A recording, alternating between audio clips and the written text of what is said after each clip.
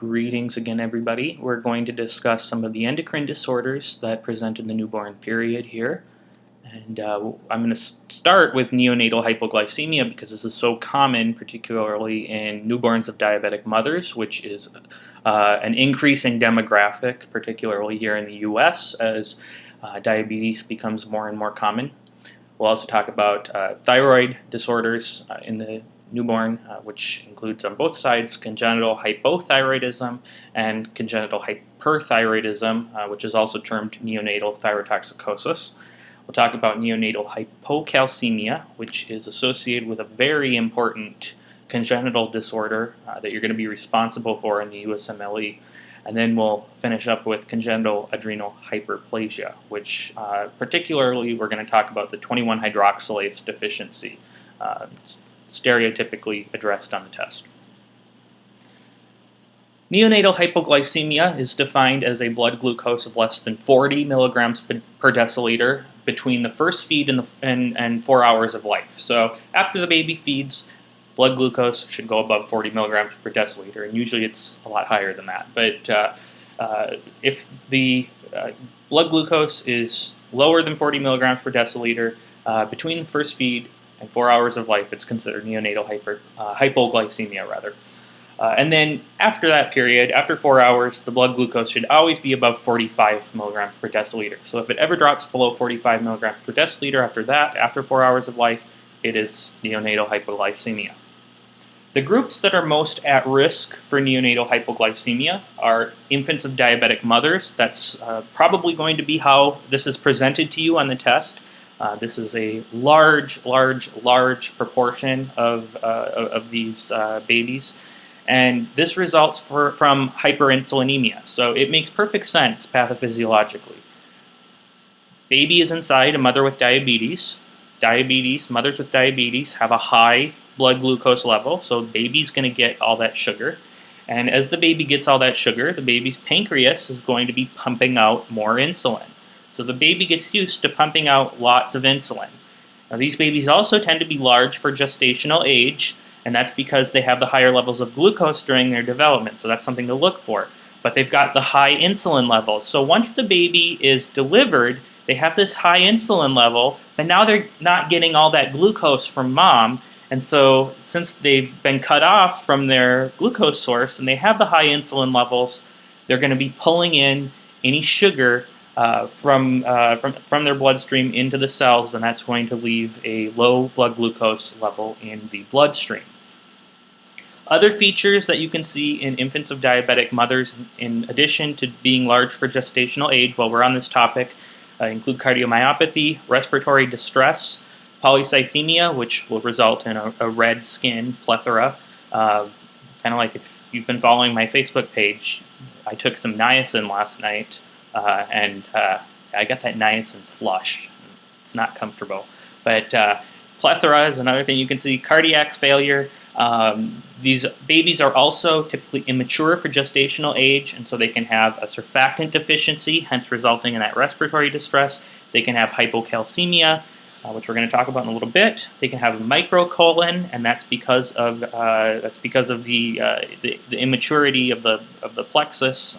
Usually, this is going to be on the left side of the colon. That's going to result in failure to pass meconium. And then they can also have jaundice due to indirect hyperbilirubinemia. IUGR infants, intrauterine growth retardation. Unlike infants of diabetic mothers, these babies will be small for gestational age. Other causes include Beckwith-Wiedemann syndrome, nocidioblastosis, which is also known as congenital hyperinsulinemia, glycogen storage diseases, galactosemia, adrenal insufficiency, hypopituitarism, sepsis, birth hypoxia. So these are quite less common.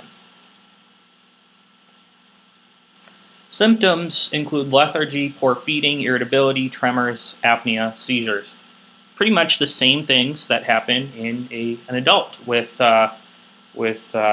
hypoglycemia, probably except for the poor feeding. Usually when an adult has hypoglycemia, they want to eat everything in sight, but babies are a little different. So, but the lethargy, the irritability, particularly the tremors, and the seizures are things that you would also see in an adult with hypoglycemia. For diagnosis, you should get a blood glucose level. I like to get blood glucose levels on patients liberally because it's so easy to do. You can do it at bedside. In an adult, you can do it with a finger prick. In babies, you'll get a heel stick because their fingers are so small. And then you just test it on a glucometer.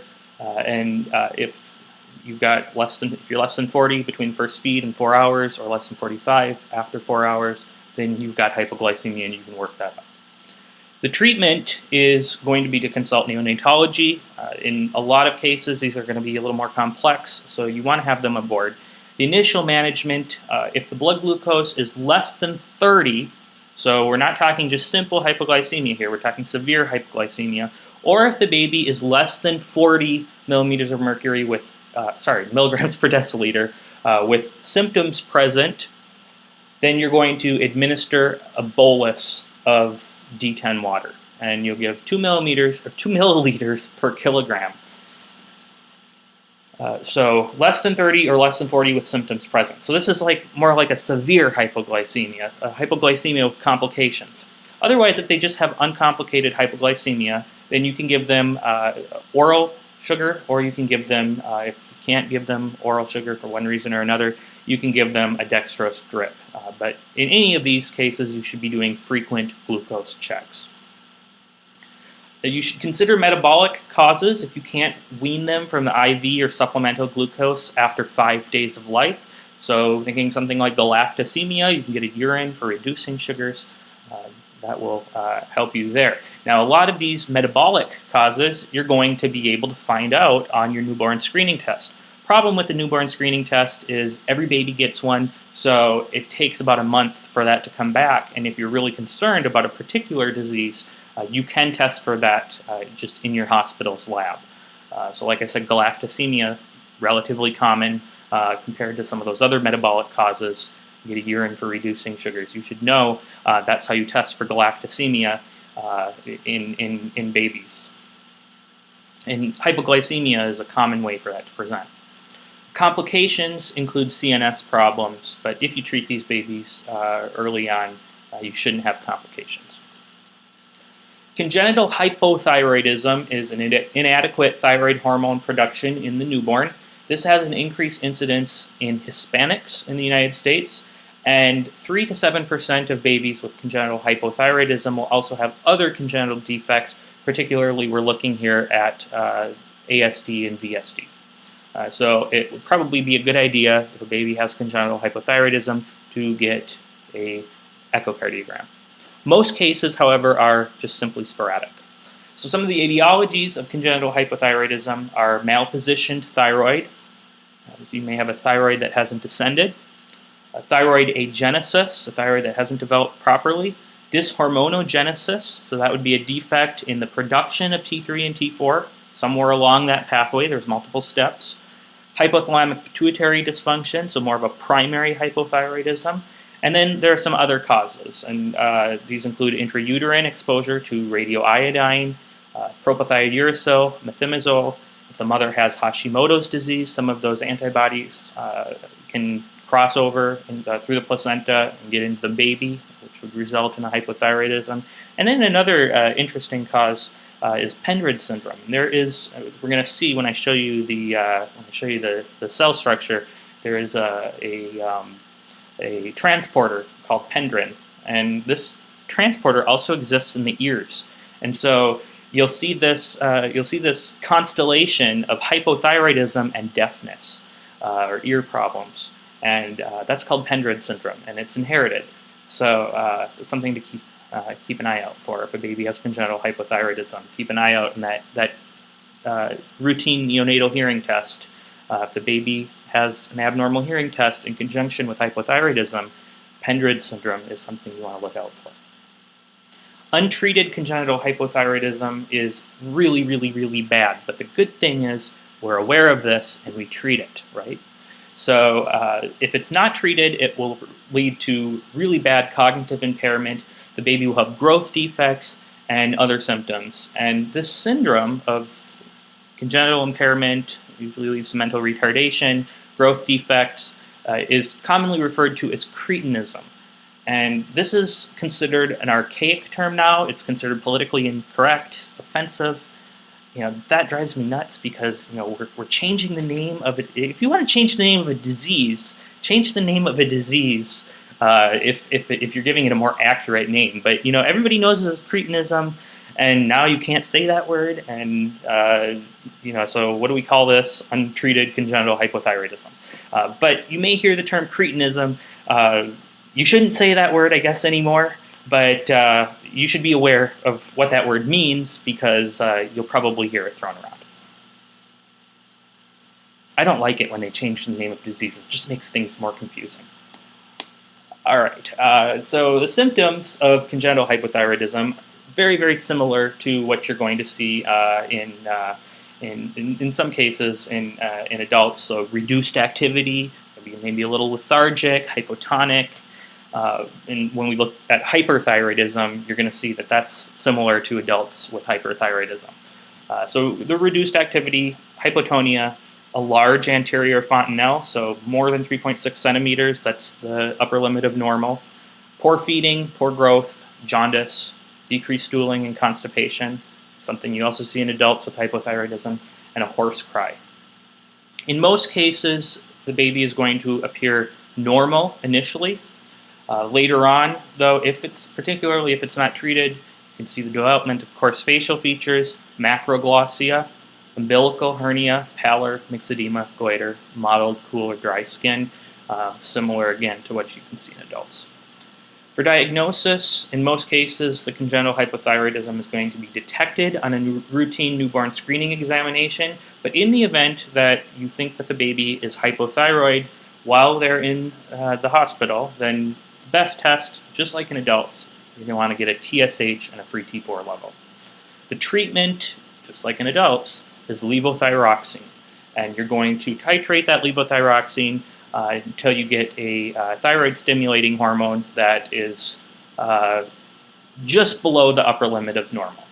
So you don't want to give them too much, but you want to make sure that you're getting enough to where you don't have an overactive pituitary. So you're suppressing that negative feedback response. You monitor the T4 and the TSH. Again, like I said, getting that TSH to just below that upper limit of normal. You want to also get pediatric endocrinology on board because some of these syndromes are going to be something that the child is going to live with forever. So these children will want to have specialized follow-up. You can also get neonatology to follow up if this is a more complicated case. And like I said, because these have a tendency to associate with septal defects, it'll be a good idea to get an echocardiogram so you can document that. Okay, so this is, I just want to show you this. This is the thyroid follicle, and this is how thyroid hormone is produced. And I don't want to get into the details of this. I like the details of this personally because I like this kind of stuff. But this is where I was talking about that Pendred syndrome. This is pendrin here, and pendrin is responsible for getting iodine out into the colloid, and that's where you produce your MIT and DIT, and where that coalesces to produce T3 and T4. And so if you're not you have to get iodine in from the blood, of course, through that sodium iodine symporter, but in order to get iodine into the colloid, you need this pendrin channel. And if this pendrin channel is mutated, you're going to have a hard time getting iodine into the colloid, and that's going to make it difficult to create thyroid hormone. And again, this pendrin is also present in the ear as a protein that's expressed in the ear, and if it is defected, you'll wind up with deafness. Okay, so neonatal thyrotoxicosis, or congenital hyperthyroidism, is almost always babies who are born to mothers with Graves' disease, either uncontrolled Graves' disease or previously or currently undiagnosed Graves' disease that's not being treated. And Graves' disease, as you probably know, is a disease that results in an antibody that stimulates the TSH receptor, so thyroid receptor stimulating antibody. And this will cross the placenta, and it will get into the baby's circulation, and it will stimulate the fetal thyroid, just like if the baby had Graves' disease. But the baby doesn't have Graves' disease. So it would be like if you shot yourself up with this antibody. You don't have Graves' disease, but you'll have all the symptoms of Graves' disease, including increased T3 and T4 production. So essentially what's happening is mom is passing on her Graves' disease antibodies into the baby, and the baby is going to show symptoms of hyperthyroidism. Now, usually the maternal hyperthyroidism is already known, and so precautionary measures can be taken and are taken during the prenatal period. What should the mother be on during pregnancy? It's preferred that she's on PTU during pregnancy. And so you can remember that as PTU is the pregnancy-taking drug. Now, always, the mother is going to be on PTU during the first month of pregnancy. There's debate, and I've read literature that generally points to that it's okay for the mother to be on methimazole during the second and third month of pregnancy, and is actually preferable because it is associated with less hepatotoxicity. But for board purposes, just remember PTU is for pregnancy. Mothers should be on PTU during pregnancy. But in practice, usually PTU is given during the first month of pregnancy always, and the second and third month of pregnancy, it's okay to shift them onto methimazole. This has to be administered judiciously in order to avoid fetal hypothyroidism. And prenatal symptoms of fetal hyperthyroidism is going to be fetal tachycardia, oligohydramnios, IUGR, and goiter. If the mom has been treated, the baby might not show symptoms until a day or more after birth, as the baby clears the PTU or the methimazole that the mother has been given. So this isn't necessarily something that's going to present right away. But once the baby clears that drug, and the baby will clear the drugs a lot faster than it will clear the Graves' antibodies, the baby will then start to show symptoms of hyperthyroidism. And that's going to include tachycardia. It's going to include the exophthalmos that you see in Graves' disease, hyperactivity, vomiting. It can also go into congestive heart failure, arrhythmia, pulmonary hypertension, or weight gain. So keep those symptoms in mind. They're, again, pretty similar to what you see in adults with thyrotoxicosis. For diagnosis, the best initial diagnostic step is, of course, a TSH and free T4, just like we would do in an adult. And the history and clinical findings will also aid in the diagnosis. If you've got a mom with confirmed Graves' disease, and then you got a baby that shows thyrotoxicosis signs, you pretty much know what's going on. But you got to get this TSH and T4 to confirm your diagnosis. For treatments, neonates should be treated with methimazole, and that will reduce thyroid hormone production. You'll want to monitor the TSH and T4 closely to make sure that you're not putting them into hypothyroidism, but that you're also treating the hyperthyroidism. And then symptomatically, you can give them propranolol if there's marked cardiac symptoms, so congestive heart failure, arrhythmia, etc. You should also consult pediatric endocrinology and neonatology.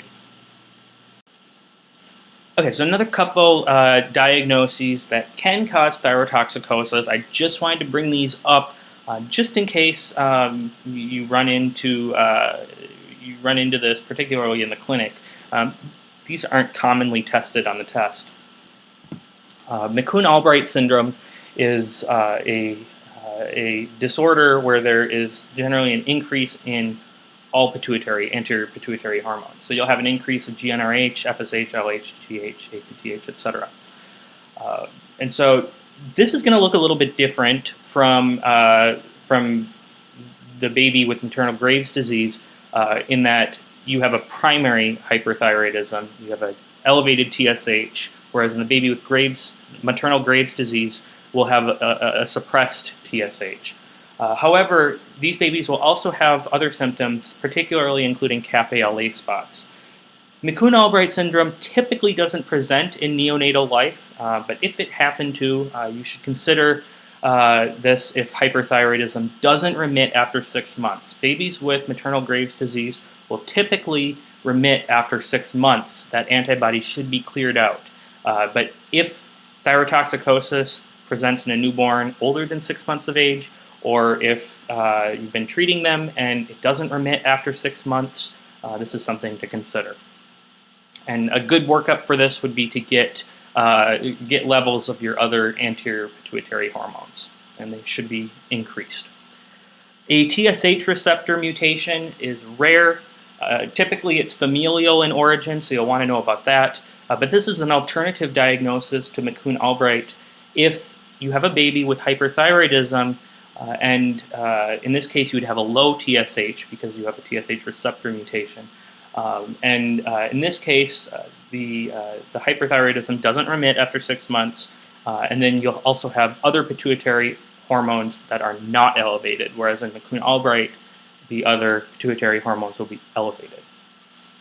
So again, these aren't very common to come up on the test, but it's good to know about. Neonatal hypocalcemia is a reduced calcium concentration in a neonate. It typically presents between birth and 10 days of life, and depending on when it presents, the symptoms and the diagnosis can be different. So you'll want to keep in mind early and late onset hypocalcemia. The symptoms are tetany, high-pitched cry, jitteriness, tremors, seizures. Remember that calcium is a stabilizing factor for the neurons, and so if you have low calcium, the neurons are going to fire a little bit more erratically, and so that's why you get these symptoms. You should note that calcium concentration in the neonate is physiologically lower than in older children and adults, so it's important to get an ionized calcium level in addition to total calcium. So the early onset causes of neonatal hypocalcemia include prematurity, babies born to mothers with diabetes, and asphyxia. If it happens later, the causes tend to be cow's milk intake, which is always a no-no for babies, but some moms don't know that. Hypoparathyroidism, so if you don't have the PTH, you have a hard time absorbing calcium. Hypomagnesemia, and then vitamin D deficiency. So the best initial step if a baby has has signs of hypocalcemia is going to be to get calcium levels. That will help you establish it empirically. And hypocalcemia in a baby is defined as an ionized calcium less than 4 milligrams per deciliter, or a total calcium less than 8 milligrams per deciliter in a term baby, or less than 7 milligrams per deciliter in a preterm baby. Once you have that established, you'll want to get more labs, and so those labs are going to include routine basic metabolic profile. You want to get liver function tests, and then you want to have a serum magnesium level. It's very important to rule out hypomagnesemia in any electrolyte abnormality. If you have a low magnesium level, it can cause you to have any kind of electrolyte anomaly. So you always want to treat hypomagnesemia first, because sometimes if you treat hypomagnesemia, the calcium level or the sodium level or whatever's off will just treat itself. So you want to know if there's hypomagnesemia. The phosphate level, if it's increased, that suggests cow's milk use. The PTH level, this is very important. If this is decreased, it suggests DeGeorge syndrome. DeGeorge syndrome is also known as velocraniofacial syndrome, and this is very, very important to diagnose because this leads to other problems. Vitamin D metabolite levels, so we're talking here about 1-hydroxy vitamin D and 1,25-dihydroxy vitamin D. If these are decreased, then it suggests a deficiency of vitamin D. And then urine electrolytes are useful as well. The treatment, at least in all babies who are symptomatic, you should be giving them IV calcium gluconate, and that should be given slowly. You can get skin necrosis by giving calcium gluconate too quickly. You can also get, if you're giving it through an umbilical vein, you can also get problems with the GI tract. So you want to monitor the baby closely while you're giving them this infusion, and also anytime you place an umbilical catheter, you should confirm the catheter with confirm the placement with an X-ray. You want to correct the underlying cause, so whatever this is, you want to correct it. If it's hypomagnesemia, administer magnesium. If it's cow's milk use, stop giving cow's milk. You want to consult a pediatric endocrinologist or a neonatologist in most cases. And if it's DiGeorge syndrome, you should get echocardiogram to look for cardiac defects because that has a tendency to coexist. And these patients are also going to need multidisciplinary consultation because they tend to have an array of defects. Of course, DiGeorge syndrome, they're not going to have a thymus, so they're going to have problems with their immune system. They also tend to have problems with their eyes. They also tend to have problems behaviorally, and so you want to get you're going to want to have multiple consultations, and these children will need to be seen by a lot of different specialists over time to manage any complications that come up.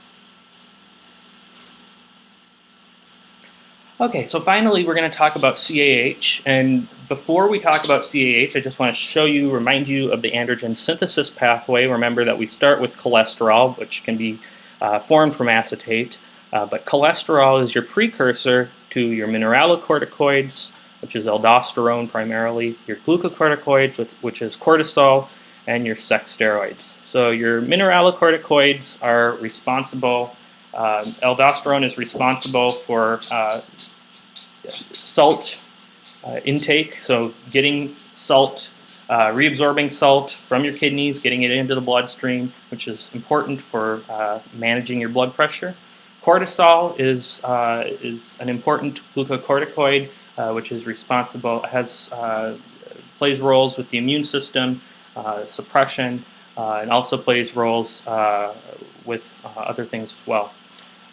Then you have sex steroids, which obviously are very important for sexual development. So CAH is an adrenal hyperplasia due to deficiency of an enzyme necessary in the androgen synthesis pathway. So you can see here there are lots of enzymes that are necessary here, but the one that is most commonly seen and most commonly tested is this one, 21-hydroxylase. And you can see that 21-hydroxylase is both important for mineralocorticoid production, it's necessary in mineralocorticoid production, and it's also necessary in glucocorticoid production. But it's not necessary in sex steroid production. So what happens from this is that if you have a deficiency in one of these enzymes, let's say 21-hydroxylase, then you're going to have a reduction in your cortisol and in your aldosterone. And that's going to mean a low negative feedback. Let's say, for instance, your aldosterone is low.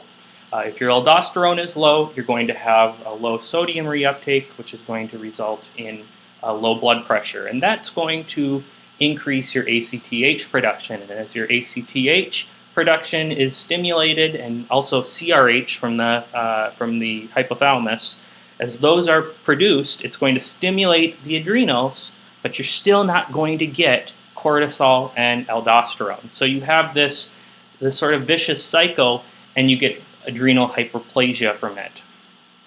Now, like I said, there's many different forms, but the most commonly encountered is 21-hydroxylase deficiency, which is needed for the synthesis of cortisol and aldosterone.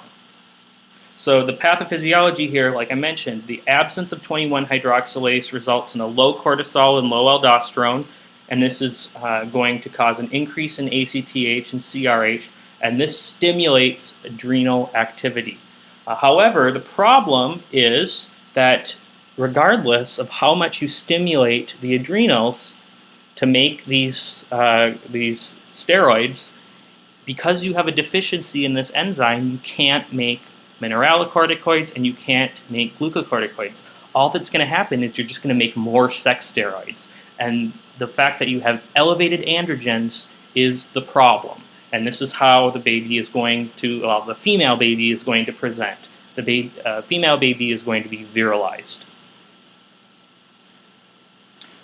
So also, you should know, and this is going to play a role in diagnosis, that the precursor before 21 hydroxylase, progesterone, and 17 alpha hydroxyprogesterone, these levels are going to be elevated because you can't convert them into what they should become in order to produce mineralocorticoids and glucocorticoids.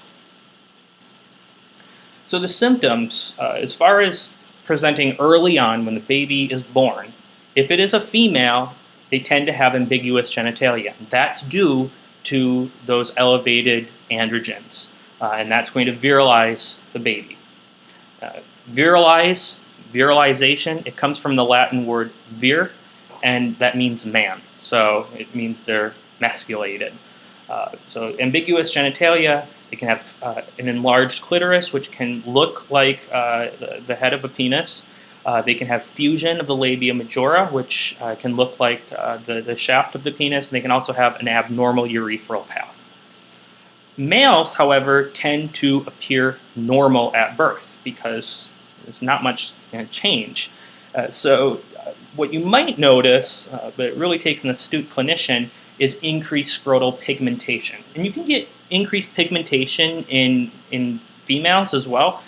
Why do you get increased pigmentation? Remember that CRH also increases melanostimulating hormone production. And so it's similar to why you get increased pigmentation in something like Addison's disease. In both sexes, you can get salt wasting and dehydration, and that's due to the low aldosterone, and that can appear during the first month of life. Now, not all babies with congenital adrenal hyperplasia, even 21 hydroxylase deficiency, will have salt wasting and dehydration. So you don't necessarily see this, but really the clinical cases where congenital adrenal hyperplasia comes up is a little girl that's born with ambiguous genitalia, or a baby, regardless of sex, that has salt wasting and dehydration. And so this is going to result in a low sodium, which will cause irritability, tachycardia, and that's from the dehydration, loose stools, vomiting, poor feeding, ultimately resulting, because of the dehydration, in shock and coma.